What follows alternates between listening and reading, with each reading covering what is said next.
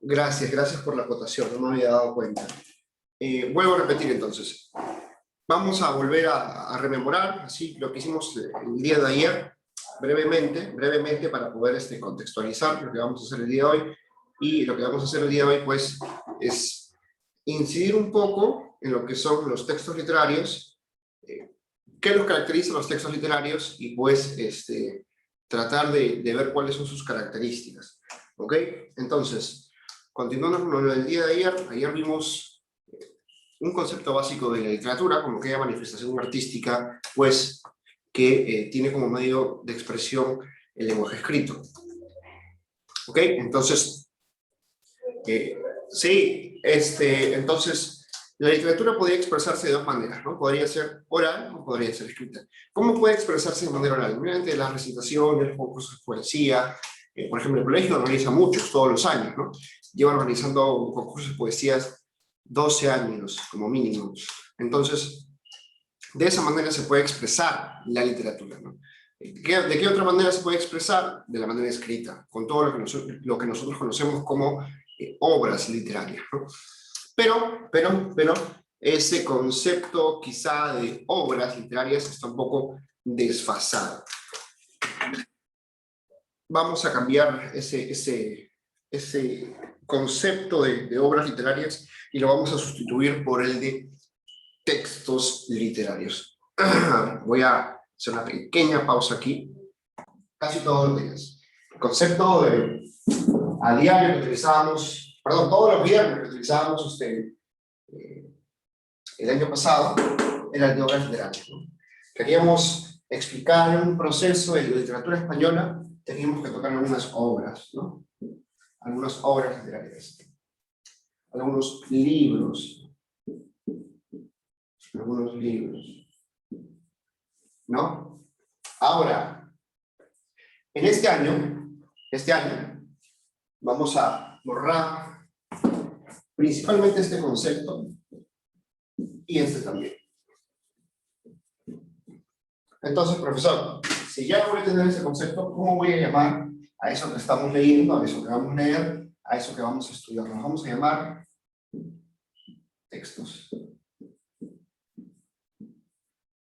¿Ok? Nos vamos a llamar textos. ¿Qué es un texto, profesor? Un texto es un conjunto de oraciones y enunciados que tienen un sentido, tienen un significado.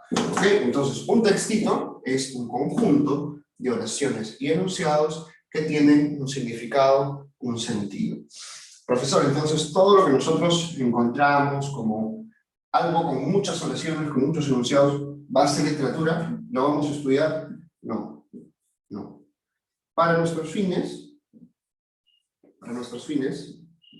nosotros vamos a clasificarlos, ya que estamos estudiando literatura, en textos literarios y textos no literarios. ¿Ok? En textos literarios y en textos no literarios.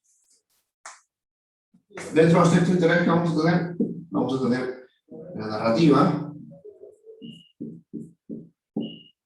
la lírica y a lo dramático o teatro.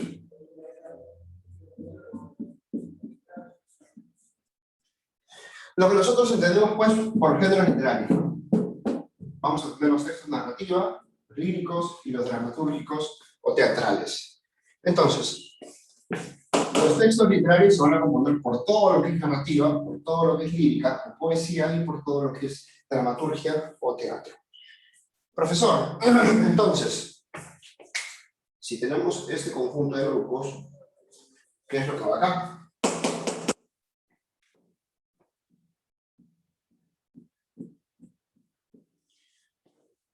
Si estos son literarios y estos son no literarios, entonces tengo que hacer esta inferencia, tengo que trabajar, mi cerebro tiene que trabajar de este modo.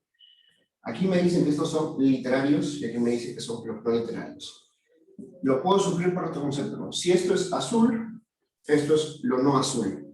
¿Ok? Entonces aquí irían los colores o las gamas de azules. Y aquí todo lo que no es azul. Entonces, si aquí va todo lo que es literatura, todo lo que va a ser literatura, acá va a ir todo lo que no va a ser literatura.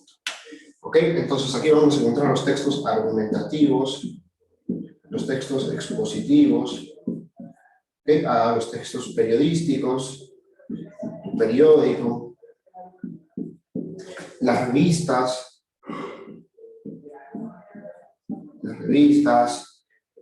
tu denuncia policial, tu denuncia judicial, ¿ok? Vamos a encontrar todo eso ahí. ¿Por qué? Porque estos textos acá no tienen ciertas características. Por eso son no literarios, porque no tienen la característica de lo literario. Entonces, esa es su principal diferenciación, que este grupo de acá no tiene ciertas características que lo van a determinar, que lo van a hacer literario. Lo que nosotros vamos a hacer a continuación es incidir en esas características de manera muy breve, para poder estudiarlas con conformidad. ¿Ok? Entonces, lo que vamos a hacer es ir a esas características. El primero y quizá el más importante es el trabajo estético. El trabajo estético. ¿Okay? ¿Qué es el trabajo estético? El trabajo estético es aquella, digamos, aquel proceso que busca crear belleza con los recursos lingüísticos y estilísticos del estilo. Esta es la característica que dota a la literatura como arte. ¿Ok? ¿Cómo es esto, profesor? Nosotros utilizamos las palabras todos los días. Nosotros utilizamos el lenguaje todos los días. Sea oral, sea escrito. ¿Cómo utilizamos el lenguaje escrito, profesor? Por WhatsApp, por mensaje en Facebook, por una publicación en Facebook, por algo en Instagram. Esa es nuestra manera de comunicarnos mediante el lenguaje escrito. Mediante el lenguaje oral, lo que hacemos todos los días, ¿no? El momento de despertarnos, hablar con nuestros padres, hablar con nuestros amigos. Entonces, utilizamos el lenguaje todos los días, siempre. ¿Ok? Siempre utilizamos todos los días. Sin embargo, nosotros reconocemos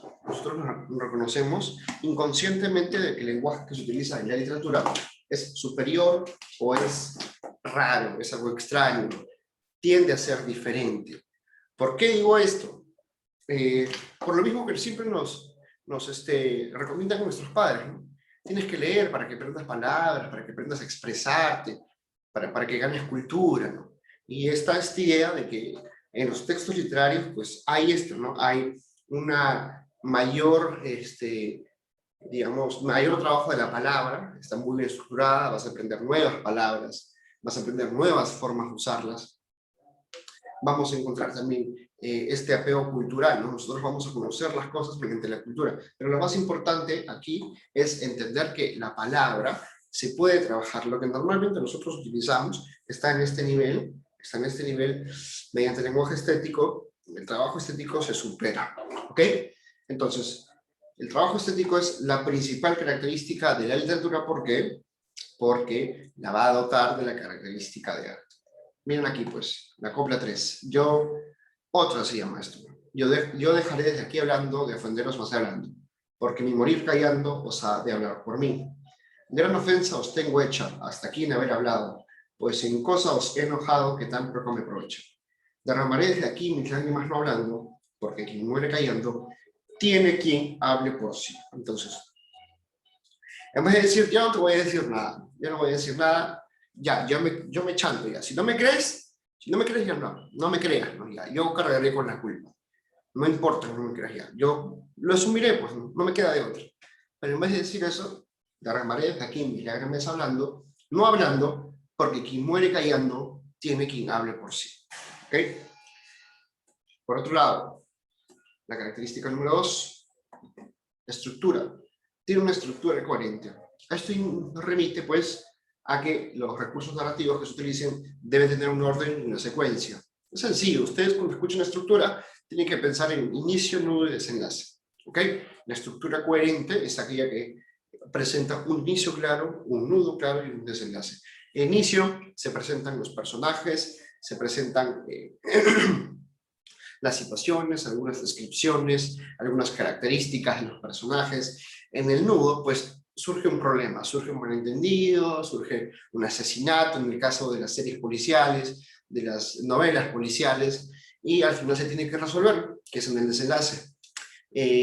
Un ejemplo de esto es quizá las novelas de Sir Arthur Conan Doyle, ¿no? Y su famoso Sherlock Holmes, o las novelas que me parecen mucho mejor, las de Agatha Christie, que son alucinantes, ¿no? Alucinantes. Agatha Christie tiene una producción literaria vasta sobre novelas policiales, y todo el mundo que ella crea está interconectado, ¿no? A veces uno piensa que están separados, pero no.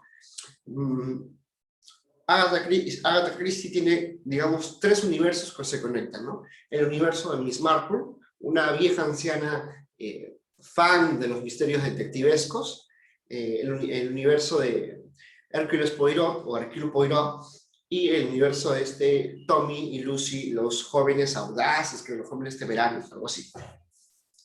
Pero todos están conectados, porque en una novela en la que pasa que Miss Marple, como les decía, es una anciana bastante, digamos, le gusta mucho esto de los crímenes y le gusta siempre resolverlos, es una persona muy inteligente. El segundo personaje que les decía, el universo de Hercule Poirot, que es un detective muy famoso, pero muy famoso, que siempre resuelve crímenes y casos excepcionales, ¿no? Cuando él decide. Ahí lo contactan cuando ya nadie más puede resolver las cosas.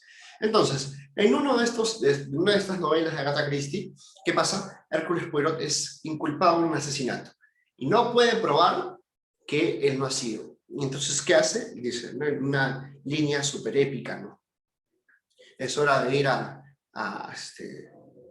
ir a donde mi gran maestra, ¿no? Y va a donde Miss Marple. Y hay como una especie de crossover entre esos dos grandes universos que hasta ese momento parecían desconectados, desvinculados.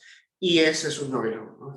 Si quieren ver un poco del trabajo de Agatha Christie, pueden ver la película. Hay una película que se llama Asesinato del Orient Express. Es quizá el más grande libro para mí que ha escrito Agatha Christie. Ahí está en película, la pueden ver. La película, él es muy fiel, bastante fiel a lo que es la novela, y pueden chequearlo, ¿no? Así sucede. Entonces, por ejemplo, en el Asesinato del Orient Express te presentan unos hechos. El Orient Express es un tren, ¿no?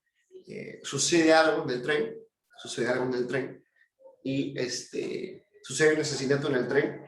Ese es el nudo, ¿no? El inicio se presentan a todos los personajes que están en el tren, que están en el vagón.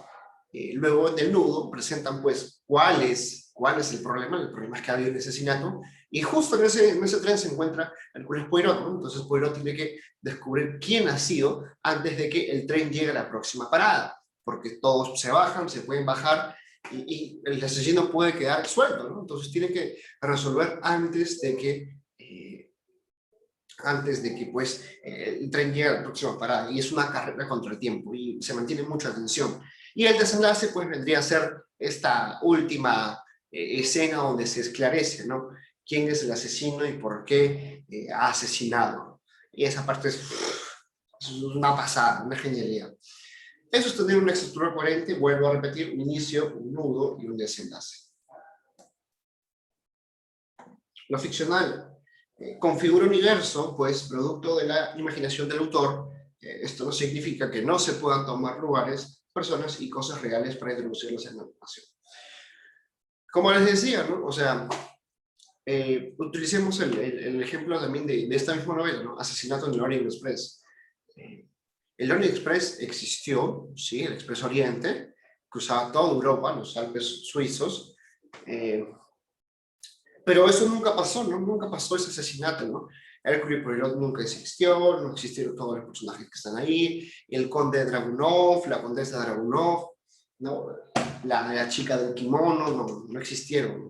El Ratchet tampoco existió, que son los personajes. Entonces, no pasó eso ahí. Sin embargo, sí se pueden utilizar los estímulos para crear eso ahí. Por ejemplo, ¿no? Yo me decido a crear una novela sobre el amor en tiempos de pandemia. Entonces, mi novela habla sobre Pedro y Juana.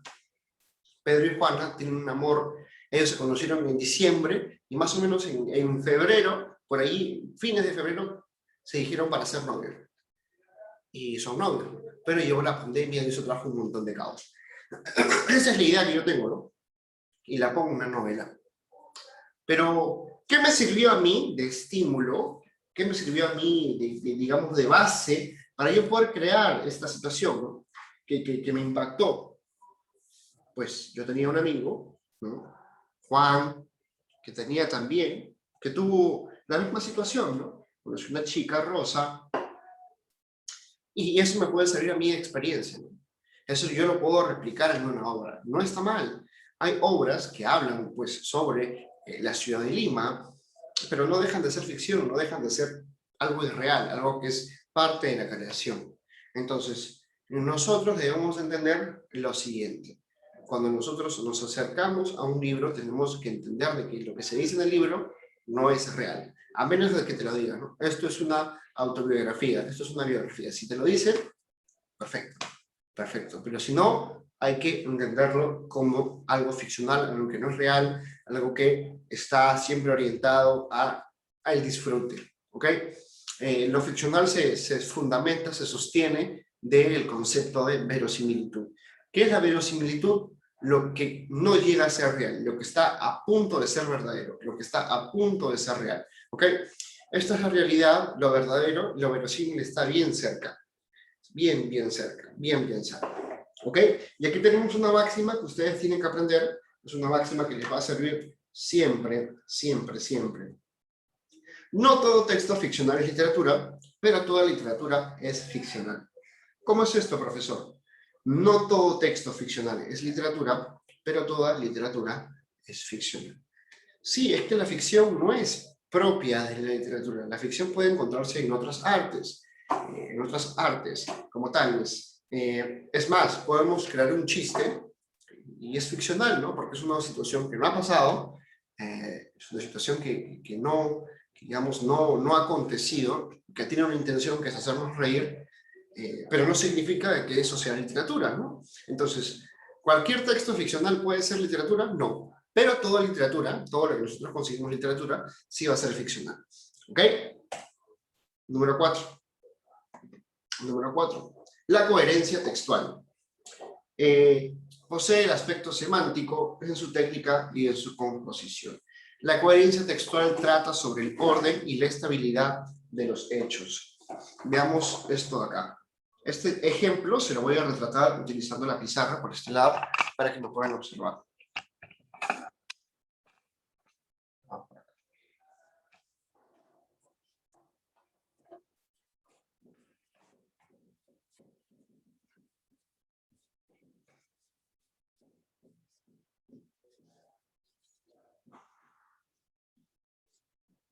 Veamos lo siguiente. Estoy leyendo un libro. ¿Ok? En la página 50, en la página 50,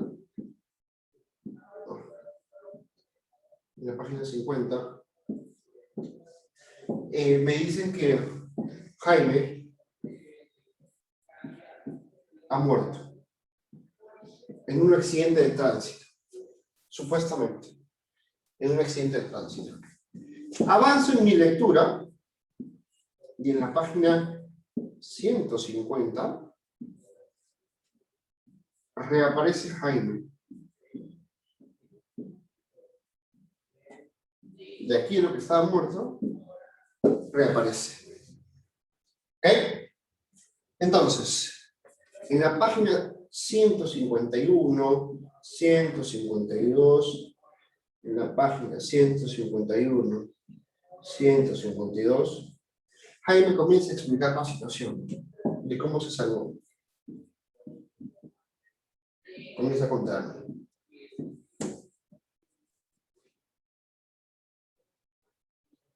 Vale. Comienza a contar.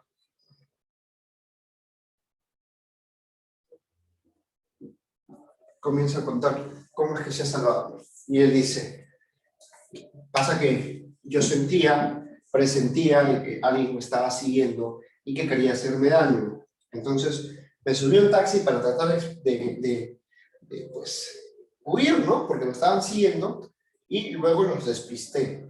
El carro avanzó una cuadra, yo me bajé, ellos no se percataron y luego estas personas provocaron el accidente, ¿no? Y yo me escapé, por eso los distraí, me bajé después de una cuadra y luego el taxi fue acribillado, fue chocado y entonces yo di por eso mi muerte, yo fingí mi muerte, ¿ok? Entonces aquí el personaje de Jaime está explicando cómo que se logró salvar. Y supuestamente estaba muerto, después de 100 páginas reaparece por alguna cuestión y luego va a explicar cómo es que está vivo. Eso es tener coherencia. Eso es tener coherencia textual. Pero ¿qué pasa si es que nosotros borramos esto acá? Si nosotros borramos esto de ahí y avanzamos y avanzamos y avanzamos y avanzamos y termina la novela en la página 300, ¿no? Y nunca se explica cómo es que él está vivo, por qué está vivo, cuál es su intención de estar vivo, nunca vamos a descubrir esto acá, ¿ok? Eso está mal, que tiene que haber una coherencia para todo. Si pasa una acción, tiene que explicarse cuál ha sido su antecedente, cuál va a ser su consecuencia, ¿ok?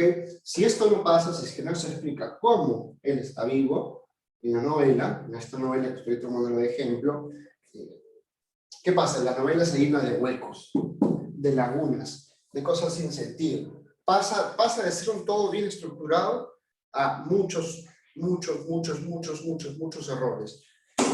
Páginas y páginas con errores. Por eso, el escribir una novela, el escribir esto aquí requiere de muchísimo tiempo, de muchísima dedicación, porque permite perfeccionar todo este arte del relato. No hay que dejar cabos sueltos. Si dejas cabos sueltos, puede afectar gravemente lo que es la coherencia textual. Y cuando dejamos demasiados cabos sueltos, la novela es mejor no leerla. ¿Por qué? Porque va a estar incompleta. Es eso, es dejar incompleta una obra. Afectar la coherencia textual, afectar la coherencia de la obra, es afectar el resultado de la obra misma. Entonces nosotros no vamos a tener ya un resultado de la obra como esperábamos, o como quisiéramos, o como mínimamente nosotros esperamos, ¿no? De que haya un inicio y un desenlace. Esa estructura se tiene que respetar.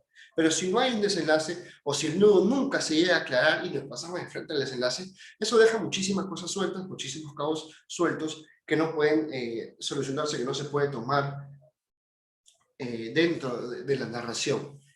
Tener muchas de estas lagunas, tener muchos de estos errores, va a generar que el texto sea inconsistente, que el texto sea incoherente, que estén escritas un montón de cosas al azar, porque pareciera que están escritas así, al azar. ¿Ok? Bien. Vayamos entonces a la última característica, que es pues la característica de la plurisignificancia. Parece un trabalengua, pero la plurisignificancia no es nada más que muchos significados. Pluri de plural, significancia de significado. Muchos significados. Y es tal cual, está constituida por diversos niveles de expresión, cada uno con su significado. ¿Cómo es esto, profesor? Es así.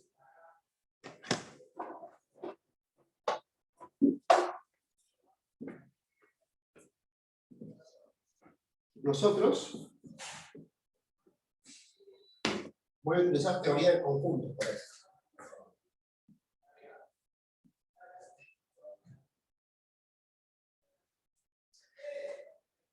Al momento de leer un texto, sucede una intersección de dos conjuntos. El conjunto del lector y el conjunto del libro. ¿Ok? El lector tiene experiencias, tiene expectativas, tiene lecturas, puede haber leído muchísimos libros, tiene ciertos sentimientos, tiene ciertas sensaciones, ¿ok? ¿Y qué pasa? El libro que ofrece. El libro no es como los otros, que siempre piensa, es consciente, ¿no? El libro tiene acción, tiene secuencias narrativas, tiene un estilo determinado. ¿Ok? ¿Qué más? Tiene un sentido. El sentido que utiliza el autor para escribirlo. Pero ¿qué pasa? ¿Qué pasa cuando estos dos conjuntos chocan, cuando estos dos conjuntos colapsan, se juntan al momento de la lectura? Cuando se juntan, se intersecan en ese sector. Y este sector va a dar un significado. ¿Ok? Este sector va a dar un significado. El de acá.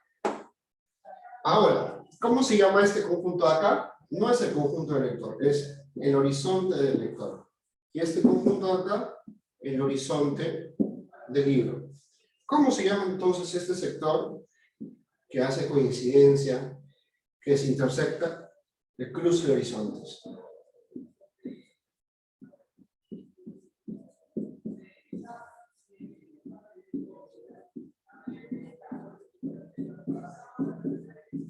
Cruce de horizontes. ¿Ok? Importantísimo el cruce de horizontes. ¿Por qué? Porque cuando se cruzan el lector y el libro, se obtiene un significado. ¿Cómo es esto posible, profesor? Por lo siguiente, pensemos en sus experiencias de lectores. Yo calculo que ustedes habrán leído unos 6, 7, 8 libros en su vida, más o menos. 6, 7, 8 libros, ¿no? Tienen ciertas experiencias en su vida, no sé cuáles, deben tener un montón. Tienen ciertas expectativas al momento de llegar a un libro. Algunos son más sensibles que otros, algunos tienen sentimientos más fuertes que otros, y van a pues toparse con un libro, ¿no? Que va a presentar acción, que va a presentar secuencias, que va a presentar un estilo determinado y que tiene un sentido, ¿no? El sentido que el autor de primera vez imprime en el texto. Ahora, esto es lo que no va a cambiar. Lo que cambia es esto acá. El lector es el que cambia. El libro no cambia. Como les mencioné en la clase pasada, ¿no? Tener un objeto de estudio tangible que no cambie en el lenguaje escrito posibilita esto acá, ya que esto no cambia. Esto no cambia. Lo que cambia es el horizonte del lector. El lector es quien cambia. Mientras, por ejemplo, ustedes tienen 8, 9, 10, 15 libros, yo en mi biblioteca tengo más de 400 libros. Más, ¿no? Y en mi mente me habré leído unos 200 y pico, ¿no? En todo lo que llevo estudiando, en todo lo que soy lector, ¿no? Entonces tengo ciertas experiencias, tengo ciertas expectativas de un libro cuando lo veo, quiero leer, tengo sentimientos únicos y tengo sensaciones únicas. Entonces, lo que para mí puede significar algo mazo, para ustedes puede significar algo wow, ¿no? Porque nunca lo había leído. En mi caso particular, por ejemplo, yo soy muy fan de las novelas de Mario Vargas Llosa, pero demasiado fan de las novelas de Vargas Llosa. Entonces, voy a poner esto por aquí. Yo soy demasiado fan de las novelas de Vargas Llosa. Demasiado, pero cuando les digo demasiado es que soy demasiado. Conversación en la Catedral, que es la mejor novela de Vargas Llosa, tiene mucha acción, tiene secuencias narrativas excelentes, el estilo es único y tiene un sentido bien concreto. Ahora, ¿qué pasó con mi horizonte lector? ¿Yo tenía ciertas expectativas? No, porque nunca había leído por primera vez el libro, me estaba acercando por primera vez a eso, y no tenía muchas expectativas. Sabía que Mario Vargas Llosa era un buen escritor, pero no tenía muchas expectativas. Tenía experiencias, sí, ya estaba con una edad, tenía 14 años, ya tenía ciertas experiencias, ya comenzaba a conocer el mundo de manera más profunda. ¿Tenía lecturas? Sí, ya había leído muchísimo para ese entonces. Mis sentimientos en ese entonces también eran bastante claros, bastante fuertes, y tenía sensaciones, mi sensibilidad era bastante profunda. Entonces, yo al momento de llegar con este libro, para mí produció un boom, ¿no? Llegar a ese libro para mí fue un momento de revelación. Al terminar el libro yo dije, tengo dos posibilidades en esta vida. Dos posibilidades en esta vida. O me vuelvo escritor, o comienzo a estudiar literatura para saber por qué esta cosa es tan genial. ¿Por qué este libro es tan genial? No podía hacerlo primero porque no tengo talento de escritor, entonces se me quedaba lo segundo. Y eso fue lo que hice. Para mí, Conversación en la Catedral es la obra, ¿no? Es la obra escrita. Pero hay personas que no, hay personas que tienen mucho más lecturas, que se han devorado 1000, 2000 libros, que tienen cierta experiencia y sus expectativas son bajísimas. Y dicen, no, Mario Vargas Llosa, y ese libro, pues son horrendos, ¿no? Y te dan motivos por esto, ¿no? Mientras que para mí tiene un significado, para otras personas es otro. Para ustedes puede ser otro, para tu amigo puede ser otro, para tu madre puede ser otro, para tu hermano puede ser otro. Entonces, en el cruce de horizontes se crea un significado, uno, pero por cada lector. Por eso la experiencia de lectura es individual, ¿no? Lo que a ti te acontece, lo que tú sientes con la lectura, un significado de este cruce de horizontes. La plurisignificancia entonces es casi infinita. Es infinita. Puede generar una infinidad de significados al momento de la lectura. Una infinidad de significados al momento de la lectura. ¿Ok? Y está acá, pues, ¿no? El horizonte del lector, el horizonte del texto, que se da aquí, pues, la experiencia y comprensión del texto. En el cruce de horizontes al momento de otorgarle el significado. Ok, vamos a quedarnos acá. Nos quedan menos de un minuto, por favor, vuelven a ingresar, que ya queda poquísimo que terminar el tema de hoy. Nos vemos en un par de segundos.